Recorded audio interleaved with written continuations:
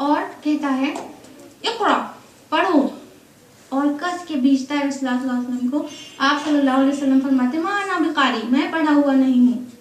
اس طرح فرشتے 3 بار زور سے بھیجتے ہیں اور فائنلی اللہ کے رسول صلی اللہ علیہ وسلم پڑھ دیتے ہیں اقرا بسم ربک الذی خلق خلق الانسان من علق، پڑھو اپنے رب کے نام سے جس نے پیدا کیا، جس نے انسان کو علقہ سے پیدا کیا. یہ آیت موجود ہے سورہ علق سورہ نمبر 96 آیت نمبر 1 اور 2. جب وحی آتی ہے سورہ علق کی شروعاتی 5 آیات تو آپ صلی اللہ علیہ وسلم بہت زیادہ ڈر جاتے ہیں، کیونکہ آپ کو پہلے سے کوئی اعلان تو تھا نہیں کہ آپ نبی بنائے جا رہے ہیں. وہ پہلی بار آپ کو بتایا جا رہا ہے کہ آپ رسول ہیں، نبی ہیں، اور یہ اللہ کی طرف سے وحی ہے. آپ بہت زیادہ خوفزدہ ہو جاتے ہیں، پسینے میں بالکل شرابور، گھر لوٹ کر آتے ہیں. حضرت خدیجہ رضی اللہ عنہا سے فرماتے ہیں زملونی، مجھے کمبل اڑا دو، مجھے کمبل اڑا دو.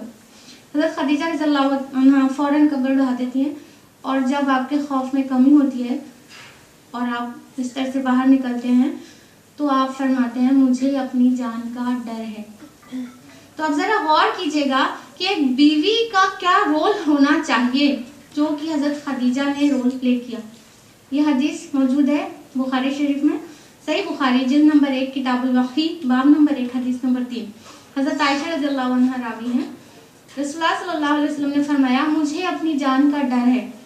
تو حضرت خدیجہ رضی اللہ عنہا فرماتی ہیں کہ اللہ کی قسم اللہ آپ کو رسوا نہیں کرے گا، آپ ناتوان کا بوجھ اٹھاتے ہیں، ناطے جوڑتے ہیں، جو لوگوں کے پاس نہیں اسے کما کر دیتے ہیں، اور آپ پریشان حال کو ضروریات کو پورا کرتے ہیں، فساد اور مصیبت کے وقت حق کا ساتھ دیتے ہیں. اللہ کی قسم اللہ آپ کو ضائع نہیں کرے گا. یہ ہے وہ غم گساری کے تاریخی الفاظ جو موجود ہیں احادیث میں. سوال یہ پیدا ہوتا ہے کہ ایسی سچویشن، ابھی تو آپ سب انمیرڈ ہیں زیادہ تر جہاں تک ہم دیکھ رہے ہیں، ایسی سچویشن اور بھی عورتوں کی زندگی میں آتی ہیں، بہت جلدی آپ کی زندگی میں بھی آئے گی انشاءاللہ. جب شوہر پریشان ہے تو بیوی کا رول کیا ہونا چاہیے کہ وہ کہہ دے تم تو ہر وقت ایسے ہی بولتے رہتے ہو، تمہارا تو دماغ خراب ہے. کیا یہ طریقہ ہونا چاہیے ایک بیوی کا؟